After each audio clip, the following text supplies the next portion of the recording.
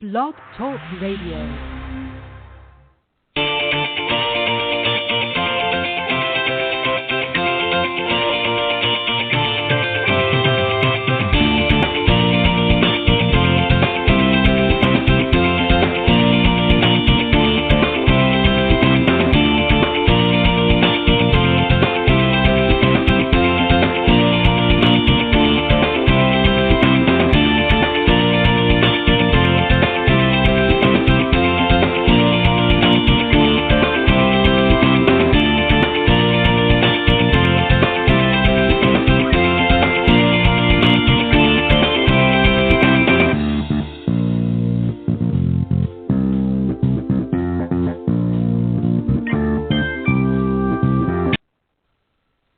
All right, good morning, everybody, and welcome to the Women of Golf. It's August the 5th, and we're here Tuesday morning, bright and early.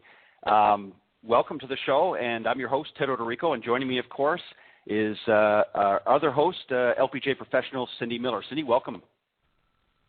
Well, thanks, Ted. It's great to be here. Yeah, it's another bright and sunny Tuesday down here in Florida, and I know you're up north still, up in Buffalo. What's the weather like up there? It's gorgeous today. The sun is out, and it's Perfect. about 75. Perfect day for some golf, so glad you guys is. joined us. Before we get started, let me just do the quick few reminders here, just to get everybody up to speed for those of you that are tuning in for the first time. Of course, our program starts every Tuesday mornings at 9 a.m. Eastern Time.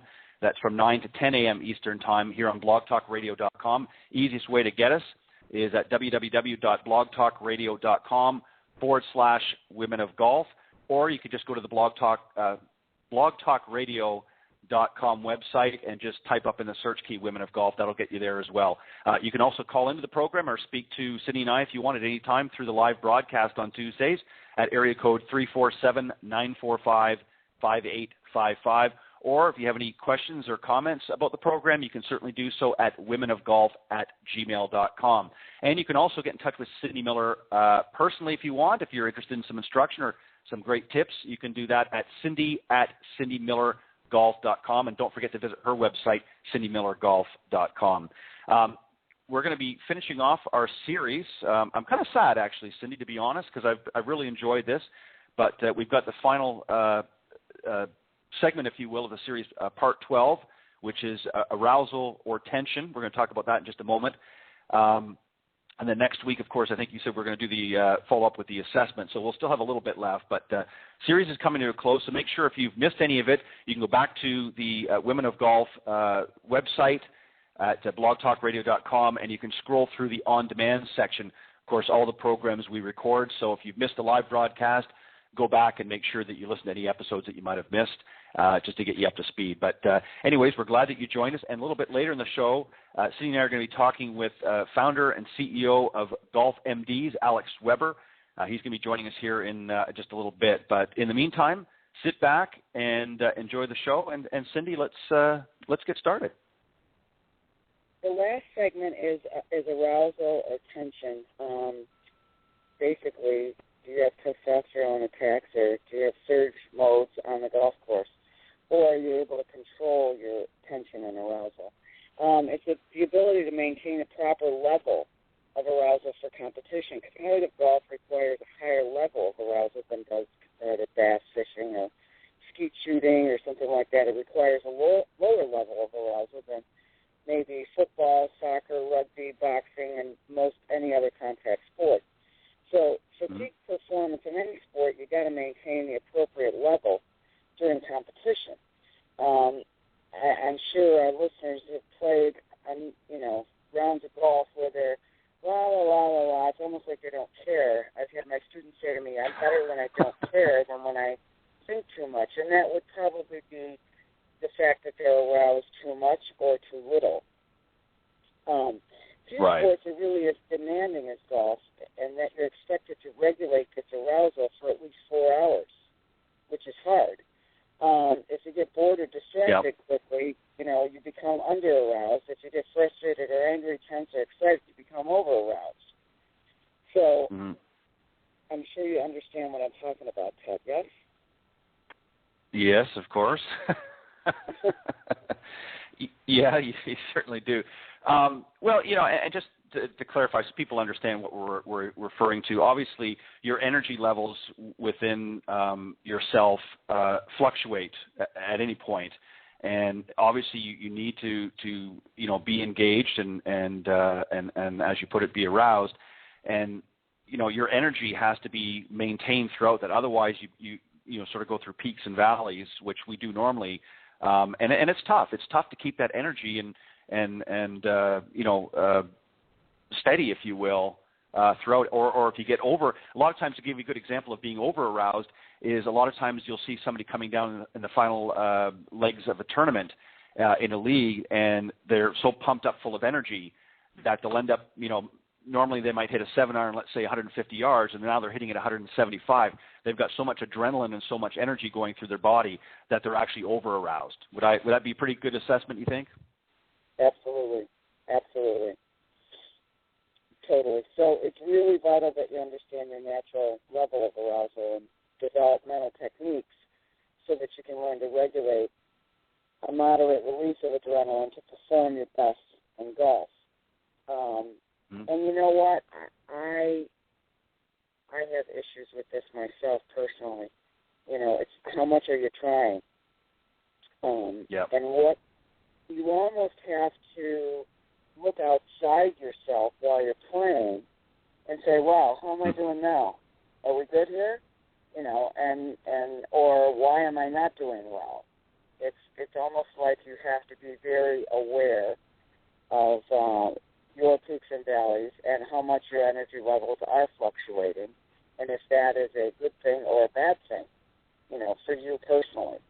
So, again, next week we're going to go over the behavioral assessment, which I'm going to plug right now. So if anyone's interested in taking it's called the Disc Sport Compass, and it's going to tell you what your personal behavior style naturally is and what your adapted style is.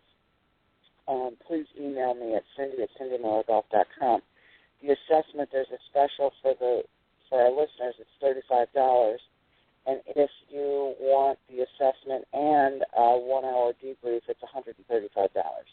So, again, if you're interested in taking the online assessment and finding out what your natural behavior style is, email me at cindy@cindymillergolf.com. So, given that said, someone like Tiger, who is a high D personality, would have, and they have more fluctuating peaks and valleys and testosterone attacks, if you will, than someone like Jason Duffner. Right. On the other hand, they both definitely fluctuate in their energy levels.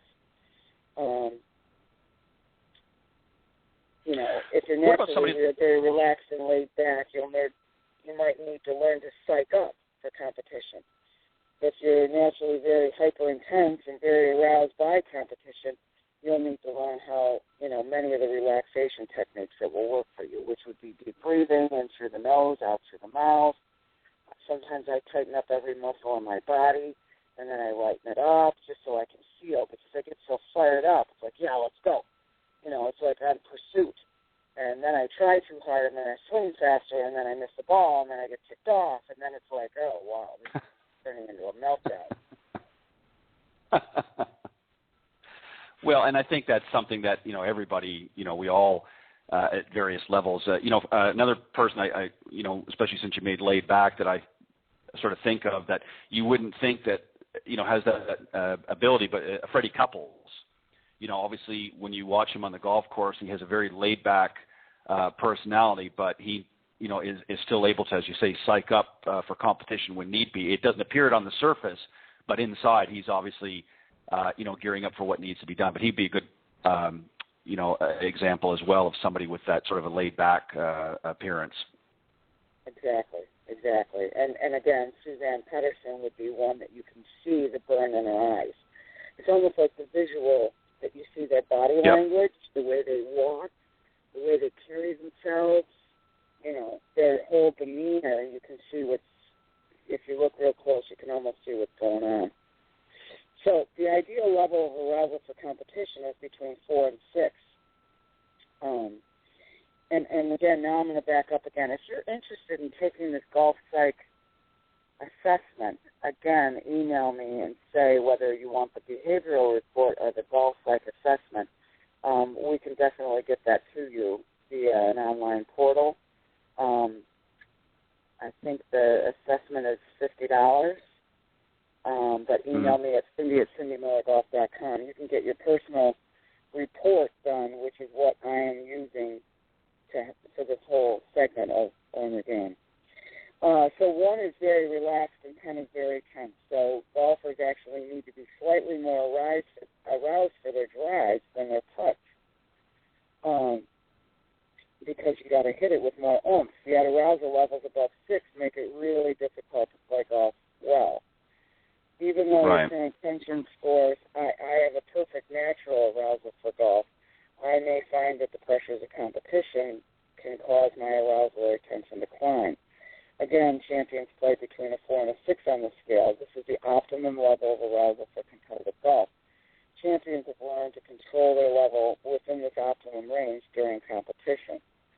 So when you're putting, you need to be less aroused so that your hands can feel, what's going on. Funny, when I was playing a practice round for the Legends Open Championship a couple years ago, I love playing by myself, and I played 2 or 3 balls, and I was out there when nobody was there, and I was hitting these shots, and I was like, wow, this is awesome. So, knock, knock, knock, what's going on? Why is this so good? Well, you're nice and relaxed. Oh, make a point of that. So I wrote down some notes to myself that I still try to remember. You need to chill so you can feel. Because if you can feel, you can swing. And if you can swing, you can score. But if you're not chilled, forget it. So it's kind of like be very aware of what's going on right now. I'm always either protecting or pursuing, and I need to stay in that balanced mode of la, la, la, la, la, we're just going about our business and everything's perfect here, and I know exactly what's going on and I'm in control. And it's pretty hard to do that. Cindy, a really good example of that, sort of put it in perspective for amateur golfers. You always hear a lot of people saying, I wish I could take my range game to the golf course. And, there's a good example of it. People are very relaxed, very comfortable, when they're out in the driving range or the practice tee, just, working on their game. They seem to be able to play it at a more comfortable level. But then as soon as they get out to that first tee, suddenly as you say, the arousal or tension sort of builds up, and all of a sudden, all these great shots that they've been hitting on the range suddenly, are in the woods now or in the rough or what have you. So there's really a good example, I think, for the amateur golfers is to, sort of feel when you're out in the driving range and practice tee, sort of feel how you are at that moment, and then try to duplicate that with some of these techniques that Cindy's talking about when you go out and you play an actual round. Cindy, go ahead. Yeah, exactly, and that's what I do with my students. And they're like, wow, I wish I could do this when I'm playing. And I'm like, well, let's pay attention to what we're doing right now. So the more you're aware what you're doing, don't let it just show up. Stop and think about, okay, what is this process that I'm following? What am I thinking? How many steps am I taking before I walk up to the shot? And how many times am I looking at my target? And then try to do it on purpose, and then it will become habit. And the more it becomes habit, the easier it's going to be to perform. Because what happens when you get out to play, you're too aroused, your mind's really, really busy, you're more aware of OB, trouble, noise, negative possibilities, mechanics, what am I doing, how far am I swinging the club back, too low in arousal, and your mind will drift aimlessly, leaving you uninvolved with variables important to competitive play, like what's the wind doing, changing conditions, target, course management, and swing cues. So if you're not aware, it's almost like you haven't earned the right to get mad if you don't know what you're doing. And yeah, if you don't know what that's you're doing, you can't control your level of arousal and tension. So part of the issue here and the reason I wanted to bring this series, Own Your Game, is, personal accountability and responsibility. That's who's holding the club. Me. Can I get better? Absolutely. But you're going to have to be able to find out why you missed the shots, and can you look in the mirror and figure out, seek the answer, and then can you do it? Yeah, and that's a big problem for, as I said, for many amateurs. This is why so many of them struggle with their game, is they're not able really to control their emotions. They're not able to control it. And I think that we talked about this, I think, last week and before.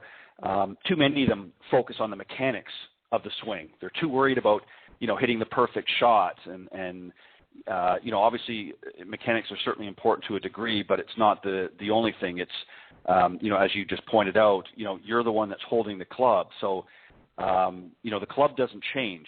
Whatever club you have in your hand, that club maintains. Then again, they might go buy a new club. Well, that's true. Yeah. That's true. But you know what I mean. The club itself. Yeah. Well, and that's, and especially if they're hurling it across the fairway in disgust. But you know what I'm talking about. What I'm getting at is that the club remains constant. It doesn't change. So the only thing that changes is the person holding it. And if throughout the round, if your emotions and your tensions and are continually going up and down, then that's going to affect your play. And the more that you allow it to affect it that way, then the more frustrated you're going to become. And I think that's why so many golfers, they're too focused on the equipment, they're too focused on the mechanics, and they're not taking a look at themselves. And that's why the series has been so great to really shed some light on that. Yeah, I call them the bipolar players. Anyway. And you know what? I can sit here and tease about it because I am the perfect example of a wacko. So I am not criticizing or condemning anyone except myself. So what it says here is my natural level of arousal is similar to that of champions. I generally do not have to deal with extreme tension or lack of motivation on the course. Lack of motivation has never been one of my problems, for sure. Probably trying too hard is. I need to be aware that current life circumstances can send your arousal up or down, particularly if they have a strong impact on your emotions or your self-esteem. Execution and the uncertainties of golf can also raise your level of arousal. As a general rule, you will need to psych up a bit for routine play and psych down a bit for your majors. So that's the uncertainties of golf. That's fun to underline. Because you can't control what you shoot. So a process goal, again, I'm getting ready to go play in a tournament next week, and we will be speaking to some Legends Tour players next Tuesday on our program from the Legends Championship. And this golf course, the French Lick, the Donald Ross course, is one of the hardest golf courses I've ever played in my life. And I got so beat up there last year, I was like, oh, do I even want to do this? Because I tried so hard. So I'm trying to lower my arousal and tension and say, look, you can only do what you can do. So if you follow your process and you shoot 1,000, that's so be it. You cannot control what you shoot. So all of this that I'm, doing in these series, I'm going to have to totally take control and be accountable to my own game. And so it really is a reminder for me.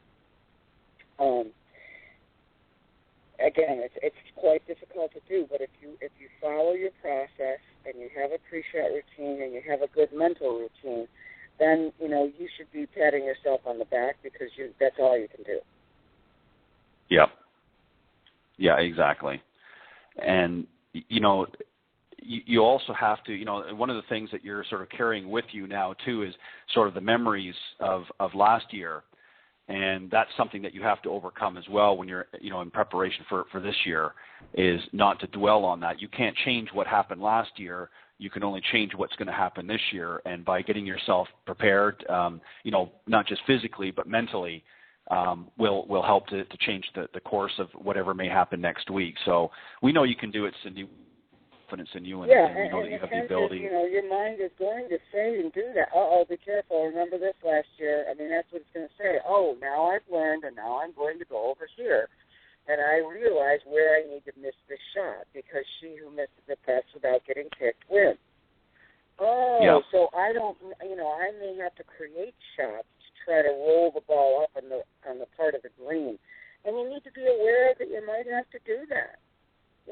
You've got to play to the changing circumstances and conditions on the golf course.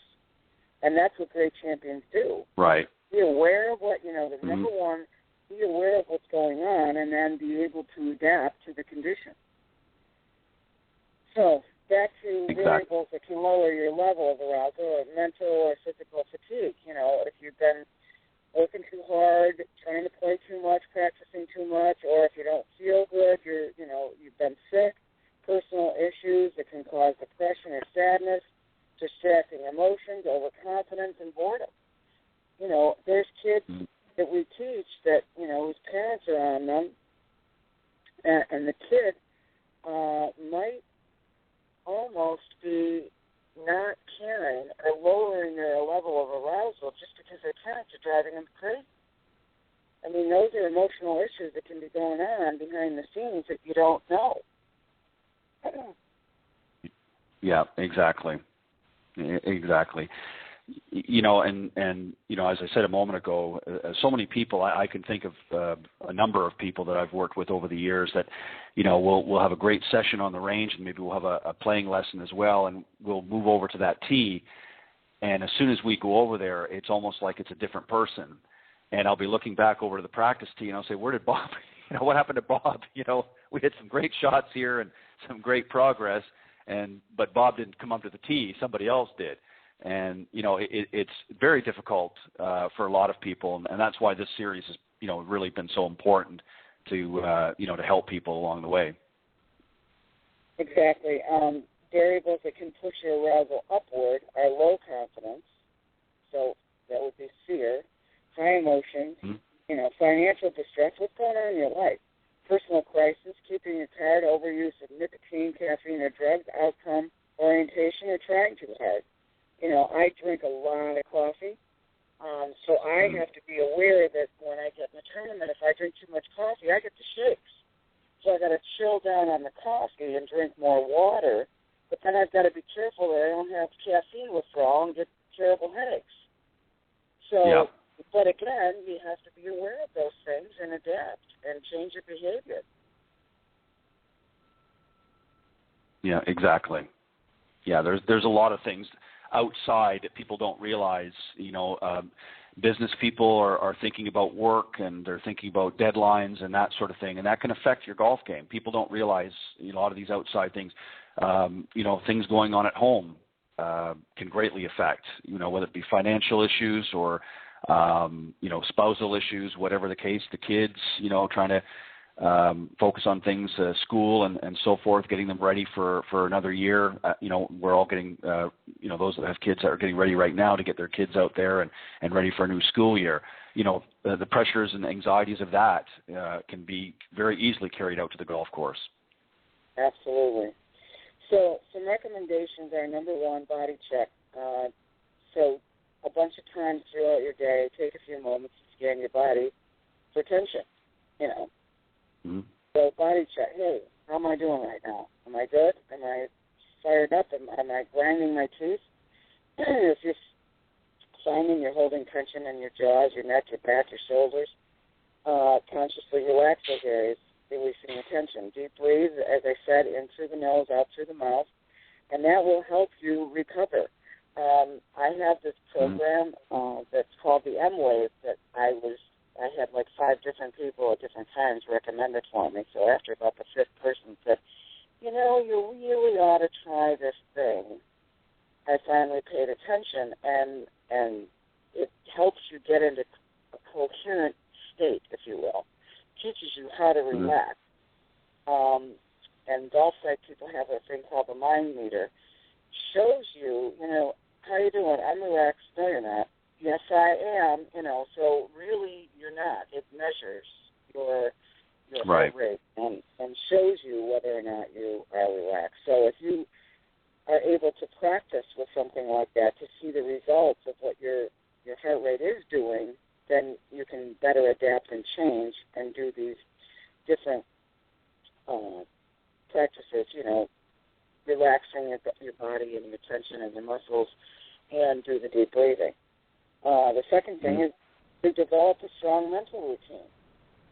If you do the same thing over and over on every shot and you plan and prepare every shot the same way, then your brain won't know the difference whether or not you're playing with your friends or you're playing in the U.S. Open. Because you will be doing the same thing and it'll be habit. Each shot should have the same amount of value. Whether you're standing on a driving range, playing with your friends on the last hole of a big championship, a 5-iron's a 5-iron. And you should follow the same process no matter what the situation. Now, the back of my head's going, oh, right, yeah, sure. But really, that's the truth. It should not have any more value, that 5-iron shot, no matter where you are. Right. I find that people give shots more value. I do. What about you? Yeah. Do you? Yeah, I do. And some people just put emphasis on certain shots more than others, and you're right. 5-iron's a 5-iron. It's unless you alter something to your swing, it essentially is going the same distance. Whether you're hitting it down at French Lick or you're hitting it, at Augusta National, it's essentially going the same distance and going to do the same thing. And people sometimes, I don't get it either. I scratch my head sometimes, and when some of the feedback that I get. Often wonder what people are thinking, but obviously they don't have a strong mental routine developed. So right. The other thing is develop, numerous times during the day, do a thought check. Mm-hmm. Take a moment and check the topic of your current thoughts. What am I thinking? Be prepared to intercept and replace thoughts that undoubtedly cause you to feel tense, which is what a terrible day you're having, how many strokes you have to make up, how much money you lost on that hole. Maybe make a list of thoughts that are likely to make you tense and make them not allowed and strive to keep them off the golf course. Or make a list of thoughts. I would prefer to make a list of thoughts that are acceptable. Right. But it's like, okay, stop and do an awareness check. Mental and physical. Mental goals. Identify and define mental goals for every round. I'm going to stay relaxed all day. A strong mental routine for 90% of my shots and putts. I'm going to be engaged in my round and not going la-la land. Seeing clear targets all day. I'm going to take the time to make clear decisions and then stick to those decisions. Resist trying to set outcome goals. You can't set a score for the day or birdies for the day or greens in regulation because it just puts too much excess pressure on your performance. But you can control your thoughts and your actions. Yeah, and that's certainly something that a lot of people, I think, do, the average, especially the high handicappers. They go in with an expectation that they're going to try and shoot a certain number, and they don't, aren't able to really back up that performance, and they just, the anxiety just builds and the tension builds up, and as they see those numbers dwindling away, it just, the pressure just continues to mount, and by the time they're getting to the last few holes, they're dejected and very unhappy because they know they're not going to achieve the goal that they've set out, and a lot of times it's an unrealistic goal. Right. Absolutely.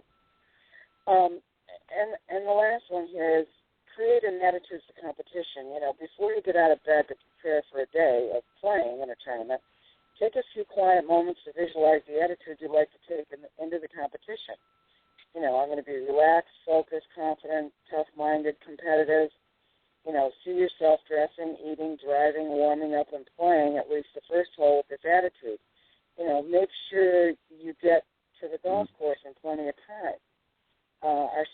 playing in the Porter Cup last week, as I mentioned, and the second round of the tournament, I was watching the cable news, and it said there's a big accident on the thruway, and I know that my son, I know his personality style, I know that he doesn't get to the golf course, an hour and a half ahead of time. He gets there, and he just needs about 20, 30 minutes to warm up. So I texted him because I thought, oh, boy, he's going to get on that thruway. He's going to miss his tee time. So that's the fear of the mother, right? So I texted him. I said, FYI, There's a wreck on the thruway. It's backed up from this exit. He goes, no worries.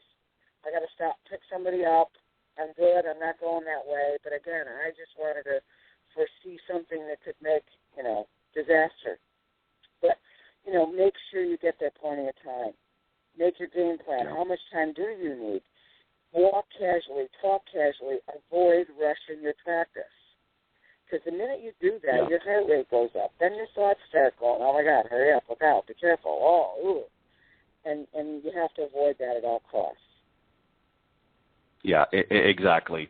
And that's some great advice. There's just so much in this series that really, and we don't want to scare anybody, that may be listening and think, well, that seems like a lot to remember and a lot to get pros. I just want to go up and be able to hit the ball and play a decent round. But, and we understand that not everybody necessarily wants to be a champion, but at the same time, the mental thing that for a very long time, it certainly is coming more into fruition now, but for a long time has really been, other than at the highly competitive levels, has really been something that has been overlooked in golf. And, people just don't realize, as I mentioned earlier, certainly you need to have some sound mechanics and you need to be able to focus on and make sure you're properly equipped. But you need to make sure that you're in control of your emotions, because it's very easy. And I'll say this especially for women, because women do have so many things. Women are certainly good at multitasking, but women deal primarily in the household with what's going on there and family and so forth. And a lot of times we'll get too many things going on, so that when they're going out to the golf course, they've got so many thoughts jumbled up in their head that they're not really able to focus on the task at hand. They need to be able to shut that out and be able to deal with it and get their stress levels and their tensions to a level that they can manage a little easier. Absolutely. They just have so many plates spinning, and it's hard to, shift states, if you will, and focus on the task at hand. But, again, if those that are interested in finding out what their natural personal behavior style is, if you're interested in taking the DISC Sport Compass, it's $35 for the report. If you want me to debrief it with you on the phone, it's $135. Send me an email, cindy@cindymillergolf.com, and I'd be happy to send you a link to do that. And we will get that. I will get that up through various social medias when everything's ready to go, Cindy, and direct people that way for sure. I think it's a great thing, especially for the ladies out there to do, and for anybody really, but a great thing to have happen. So when we get that, we'll get that up and make the link in that available to everybody. But Cindy, I see our guest is holding and waiting here, so let's welcome Alex to the program. Well, I'm very excited to introduce Alex Weber. He is the founder and CEO of GolfMDs, a San Francisco-based startup company focused on bringing instruction to the forefront of the golf industry, something that Ted and I are passionate about. His love for the game began as a child in the suburbs of Philadelphia, stuck with him through college at Miami University in Ohio, and has followed him out to California's Bay Area. He began his professional career in commercial real estate, but just a few short years in was lured into the world of golf. He and his team at GolfMDs are on a mission to make sure golfers of all ages and skill level potential through professional instruction. I personally met Alex at the PGA Merchandise Show in January and have been working with him on his new website, and he's going to tell us more about it, but I want to welcome Alex Weber. Thanks, Alex, for being with us today. And Alex, are you there? Believe it. Oh, he might have dropped off. Uh-oh. Oh, Oh, there he is. Hey, Alex, welcome to Women of Golf. Cindy, thank you. I'm sorry about that. Not a problem. We No thought worries. we We're lost glad you. you're here. Say it again? I said, no worries. We're glad you're here. Oh, well, I appreciate you guys having me on. It was interesting listening to the first part of that show. I could have used that a few weeks back. If you have time for a quick 2-minute story, I think it goes perfectly with the message that you were trying to get across there. We've got time. Go for it. I was over back on the East Coast. Obviously, we're based out here in the San Jose, California area, but I was back on the East Coast, and I had the opportunity to play Marion for the very first time, and we all know the history of Marion, Bobby Jones and the Grand Slam, or Hogan's famous one-iron. And I had a great range session, and I get up to the first tee, and I had built this up in my head so much, because that first tee is such an iconic first tee shot. And there was no less than 50 people on my left side eating lunch, drinking their beers, whatever it is. It was middle of the afternoon, and I'm feeling good. And I've played in pressure. No pressure at all, right? And it was actually really, it was scary. I've played in some highly competitive junior events back in my day, and everyone gets a little nervous on the first tee, but I have never in my life been more shaky on the first tee than I was last week in Marion. And I backed off of it twice. And so now everyone's getting really irritated. Like, what is this guy going to do? And lo and behold, I don't even remember swinging, but I shanked it right into the right tree off of the tee box. And it was a learning experience, certainly. But a lot of tension in that swing, I would imagine. Golf is a humbling game, Alex. Say it again? I said golf is certainly a humbling game, isn't it? Very much so. Yeah, Alex, no worries. We've all been there, and that there's nothing worse. And it's one of the things, I don't know how much you heard of the earlier part of the program, but one of the things that I had mentioned was, a lot of people have a difficult time bringing their range game. Everybody seems to do well when they're out the practice tee or in the range. They're hitting some great shots, and everything seems to be, in sync. But then when it comes to getting to that first tee, it's almost like a different person shows up.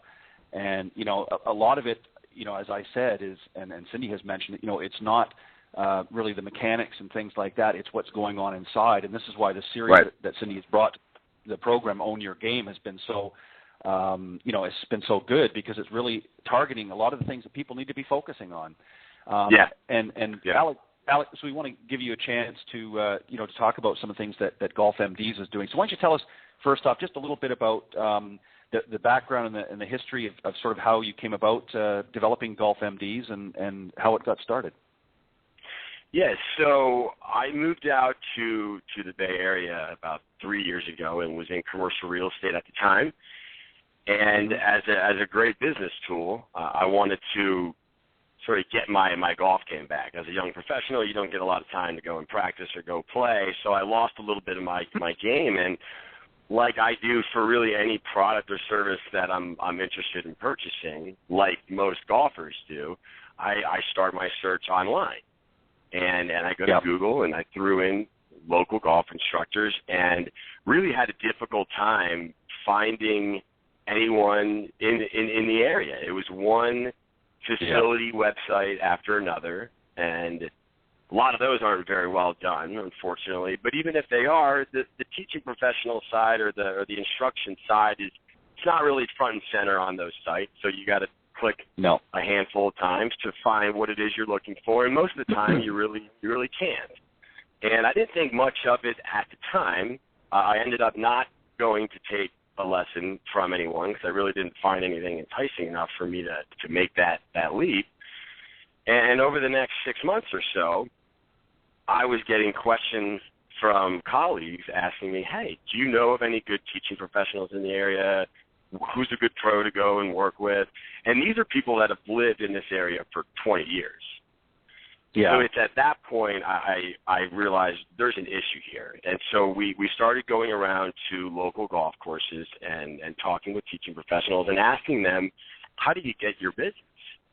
And the overwhelming majority said word of mouth, and not the online Yelp or Angie's List type word of mouth, but the physical word of mouth that doesn't reach very far from a marketing standpoint. And so it was at that time we decided we're going to build this. We're going to create that marketing voice for the teaching professionals so that we can help them reach more golfers in their area. And we did a series of studies, and we know that not a large percentage of golfers are taking lessons. It's somewhere between 12 and 15%, depending on which study you take a look at. But we know the demand for it is much greater than that. But the problem is there's not a great way for people to educate themselves on who's around them and make them comfortable choosing a teaching professional with whom to work with.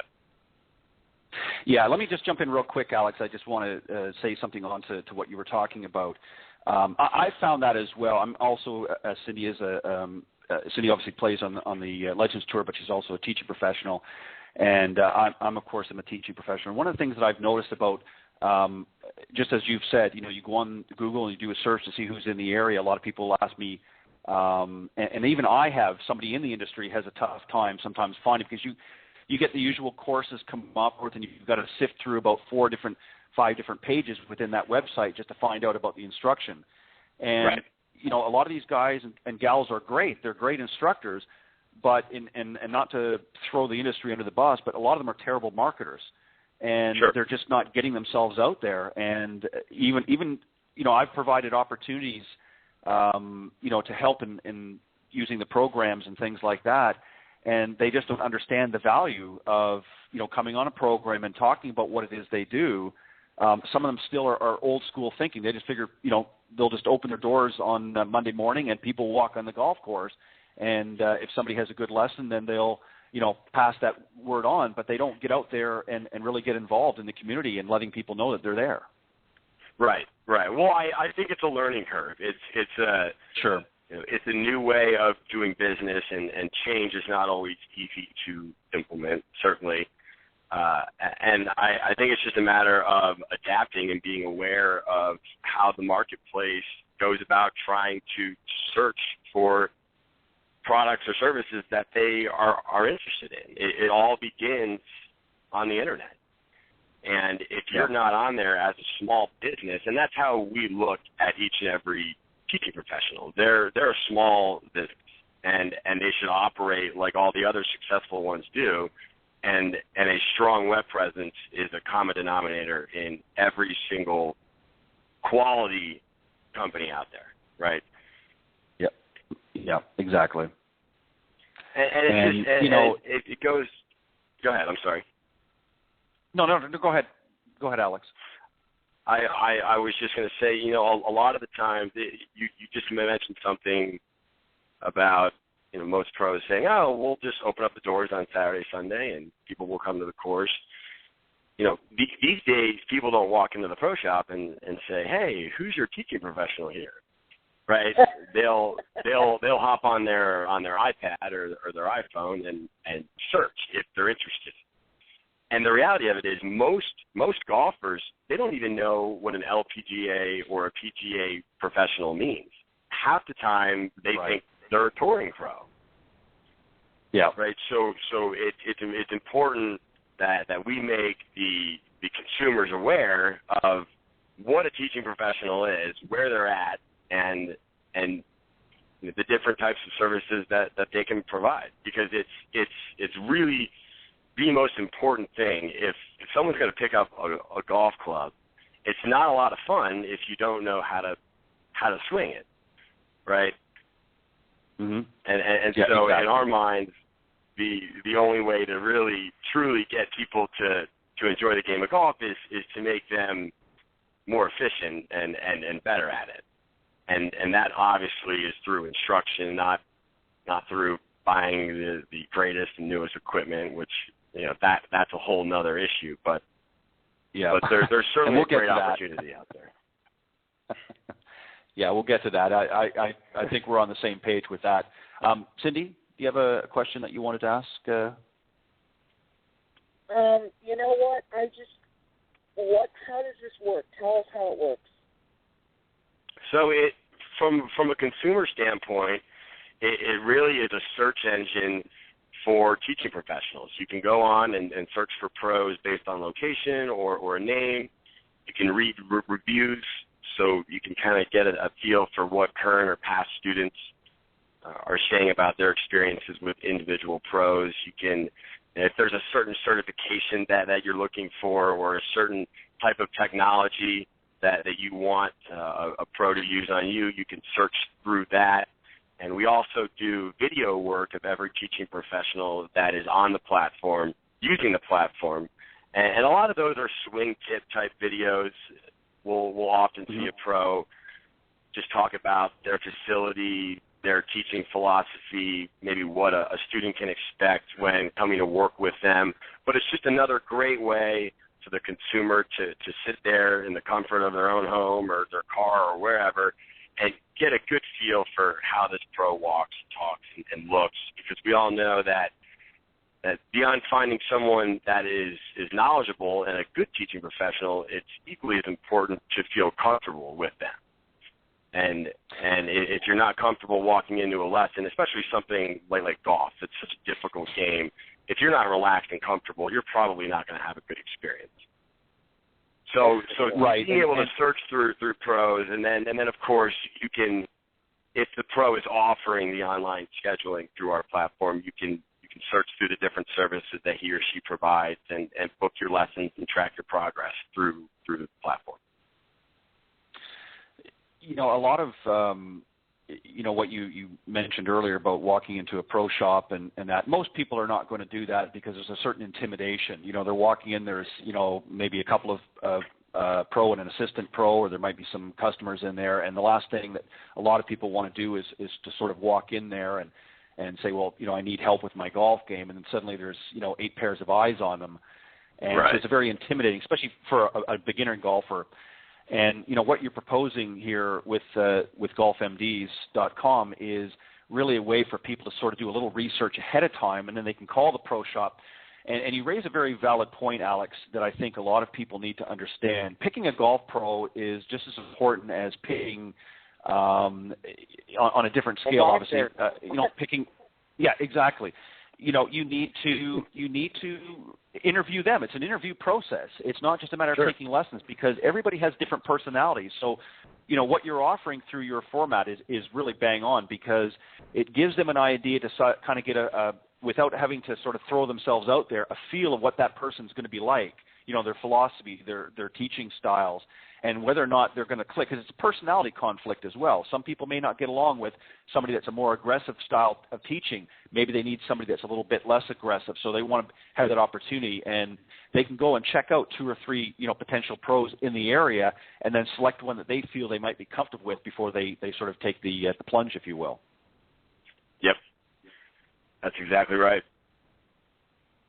And that's something that, I know a lot of people. I talk to a lot of different people, about golf, obviously, and that's one of the things that even though you said, maybe 12 to 15% based on the research is what, is currently in the loop right now. There are a lot of people that would love to, but they don't know how to go about it. So what are some other things that people can expect through your website? Well, I think it's not just for those individuals that are looking to go and take a lesson right now. We have a handful of videos that are already up on the platform where you can go, if you're looking just for a couple of things, maybe to get started, some basics on the grip or the takeaway or some rules and etiquette. There's already a handful of videos up there where people can go and cycle through and educate themselves a little bit on some of the basics of golf, or even as far as there's videos for the more advanced player on different angles and way to shape shots and things like that. So it's not just to go and book your lessons or search for pros, but to educate yourself on different parts of the swing and the game as a whole, really. Are they able to interact? Sorry, go ahead, Cindy. If I was a Cindy, student go ahead. and I wanted to find an instructor, how would I do that?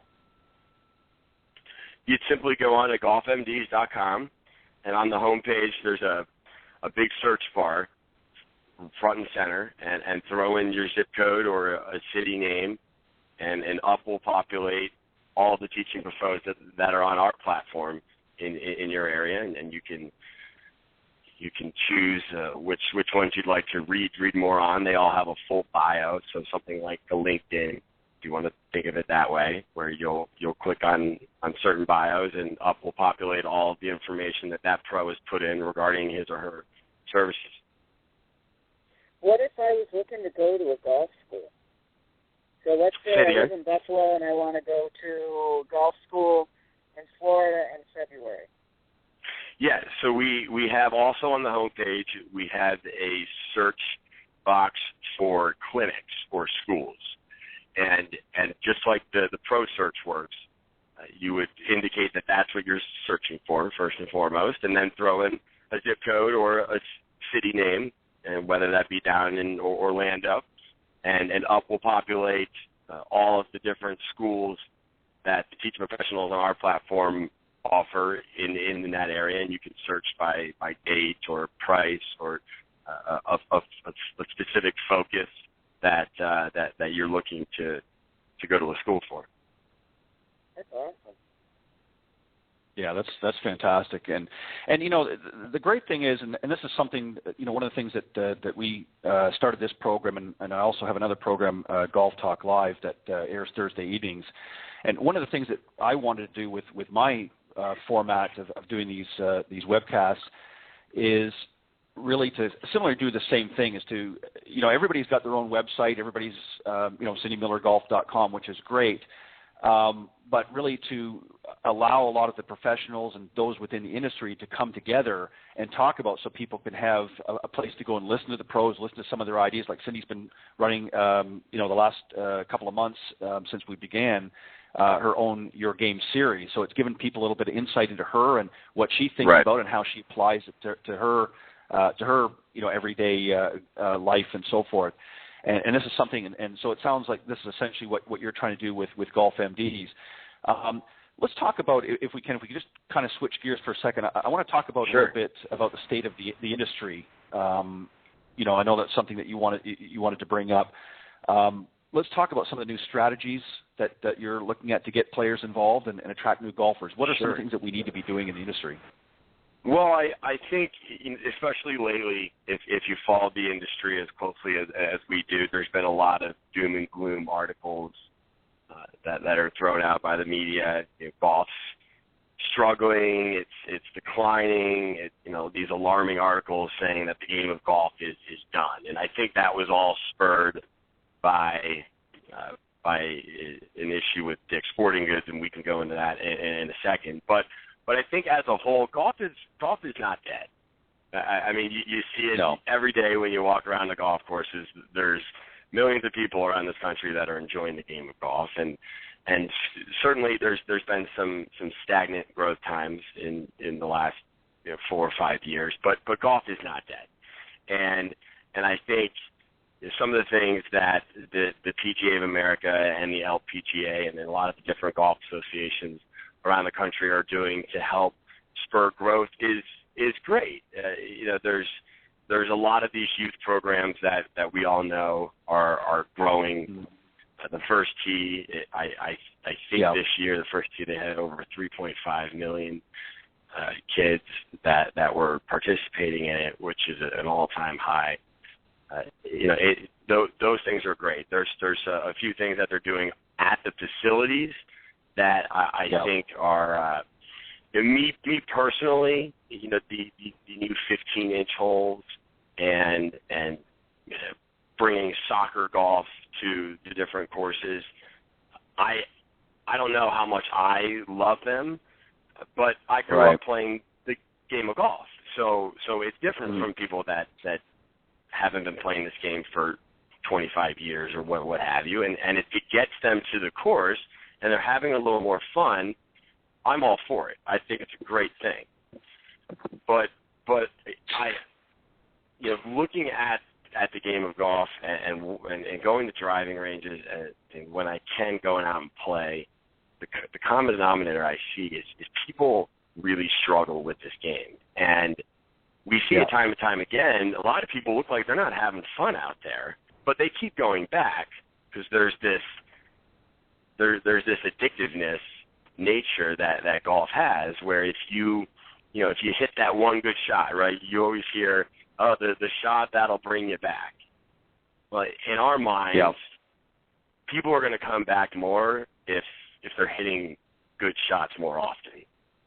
And so I think that there's a great opportunity right now to really focus on bringing an emphasis to the importance of quality professional instruction to the marketplace so that golfers can get better and go and play more and enjoy the game more.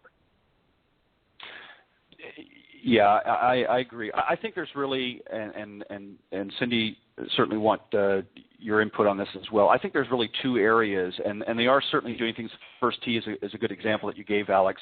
There's really two areas that I believe that they can really grow the game of golf. One is obviously with a lot more junior programs, and see, I think if the younger you get people started in, one of the things the tragedies that's happened, let me just take a step back. One of the tragedies I think that's happened in golf in the last probably decade is that this younger generation coming up is not gravitating to golf as much as they had hoped.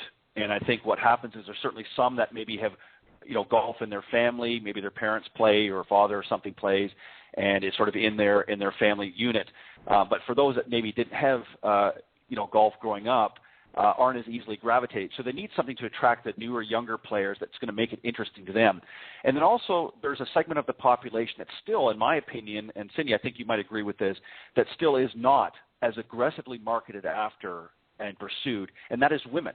Women represent better than 50% of the global population, and yet there's a small portion of women that play at a professional level compared to the men. And I think that the industry needs to start focusing on those two areas because that's where the game is going to grow. It's not going to grow with the 60-year-old guy down in Naples that's playing. He's going to continue to play. He's played for 40 years. It's going to grow in the markets that are not being pursued, and they need to find a way to do that. And Cindy, I don't know your thoughts on that. I totally agree. I mean, the game needs to be more fun and less frustrating. And the only way that's going to happen is if people learn how to do it better and easier. And there is an easier way to play. And I fix swings all day long, every day of the week. So, I mean, there is a way to do this better and easier. And I absolutely love helping people enjoy the game more. And I think that there are a ton of people out there. Here's the catch. What you're saying, Alex, and I don't want to slam anybody, but you got to find a qualified instructor. Golf is a game where there's many committee members. People start giving lessons on a driving range. We've got two people at our driving range that give lessons that are still amateurs, think they are anyway, but they make money. They just said, oh, well, you know what, I got nothing else to do. I'll just give golf lessons and make some money. And they are. Yeah. And their customers never even investigate and look at the source, inspect the source. Who is this person? Are they qualified to do it? Where have they been? What gives them the right to give a lesson? So I'm all for what you're doing with GolfMDs because I believe that you need to find a right and the instructor needs to know what they're doing and the student needs to clearly communicate what they're looking to improve. And if you find the right fit, then you can learn to enjoy the game a lot better because you don't need to spend $400 on a new driver. You need to spend $50 on a lesson. Yeah. Yeah, and I think that's a great segue into, if we have a couple more minutes, to the issue with Dick's Sporting Goods. And for any of the listeners that aren't aware, Dick's Sporting Goods let go their entire PGA and LPGA professional staff a couple of weeks back, and that's kind of what spurred a lot of the new gloomy articles regarding the state of the game in the last week or so. And I think, in my opinion, that's not a surprise.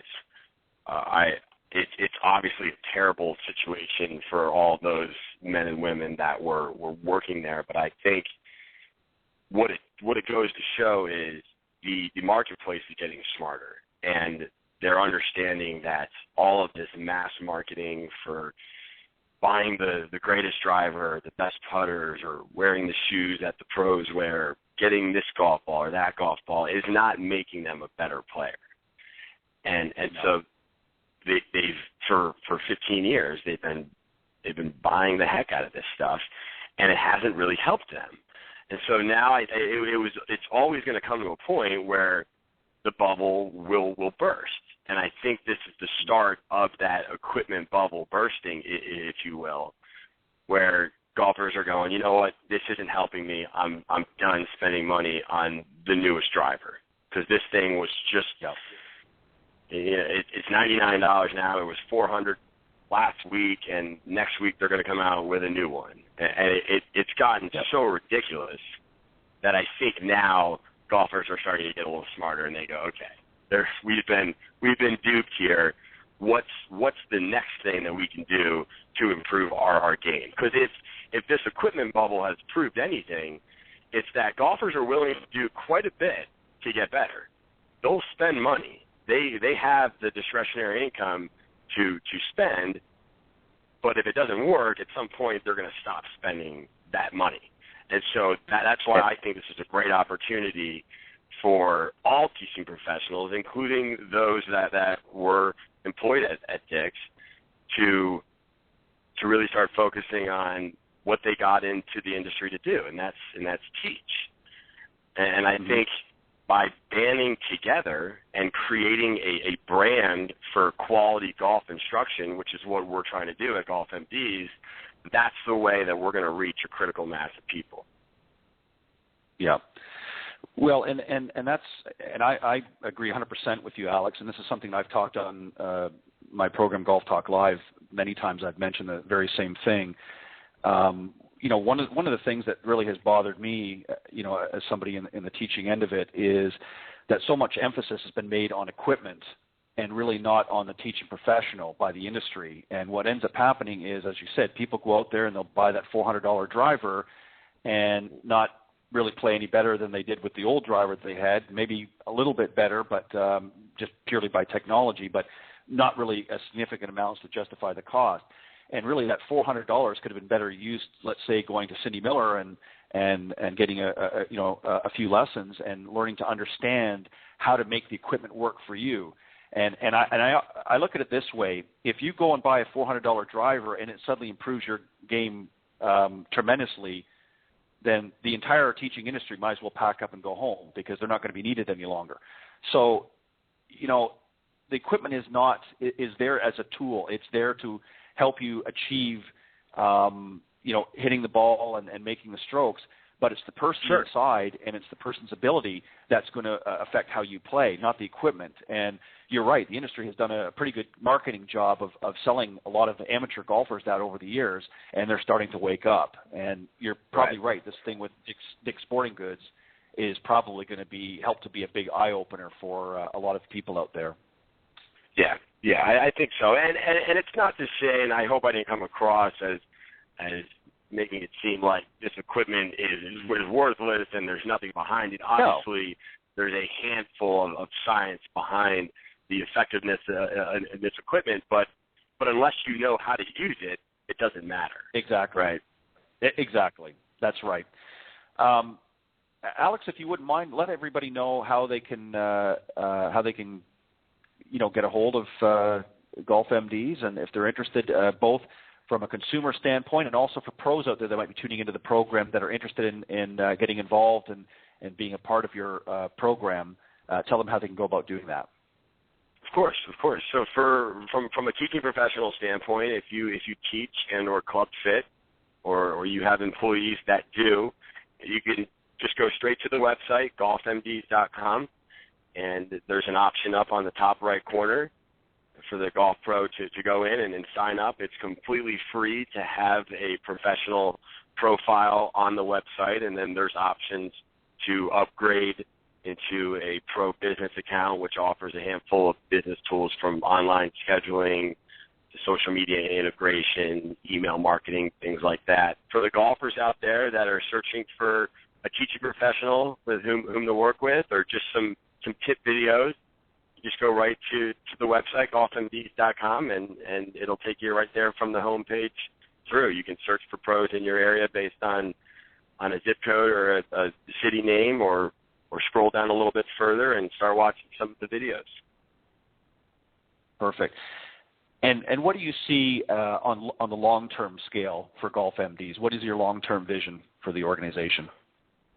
Well, I think creating a community that's focused around player development, and that's going to consist of golfers communicating with other golfers, connecting in the ways that we're familiar with connecting now, and that's online. That's through social media. So we integrate all social media markets with our platform. We want to help pros interact more effectively with their students, and for pros to be able to connect with and learn from their peers.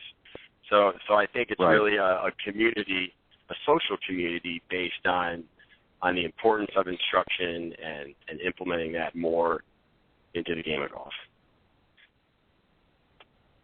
Well, Sounds good. I I have think the profile up there, and I really appreciate you being on here with us, because I think it's definitely a much-needed resource, and you've really done a great job, and you're very diligent about all the details on GolfMD's website, and I'm grateful and thankful that I've met you, and I thank you for being on with us. Well, I appreciate the kind words, Cindy. We're excited. We're excited about where things are going, and certainly look forward to the rest of this season and moving into to the 2015 season here. Perfect. Anything we can do to help grow the game of golf is something that I can, and I know Cindy can certainly get behind. We love the sport. We obviously have both been involved in it in different capacities, of course, but for many, many years, and we want to see the game certainly grow, and we understand that things such as economic times can affect things as well, and we're all feeling the pinch here and there, but I'm sure with what you're doing, Alex and Cindy and I and many of the other professionals out there in the industry, if we keep working together as a team and keep moving that needle forward, we're going to continue to grow this great game. And Alex, again, on behalf of Cindy and I, thank you very much for coming on and sharing a little bit with us about GolfMDs, and we will be more than happy to direct people to your website and much continued success. Well, I certainly appreciate you guys having me on this morning. It was a real pleasure. Thanks again. Thank you. All right. Take care. All right, thanks, Alex. Bye-bye. Bye. Okay, just to wrap up, Cindy and I want to take Reno over a little bit, but not to worry. But Cindy and I want to take the opportunity to thank all of you for tuning into the program from all around the world, for tuning into Women of Golf broadcast. And that was our special guest that joined us, Alex Weber from GolfMDs.com. And make sure that you check out their website. But we look forward to having you join us here each and every Tuesday morning at 9 a.m. Eastern Time here on blogtalkradio.com. So thanks, everybody. Have a great week.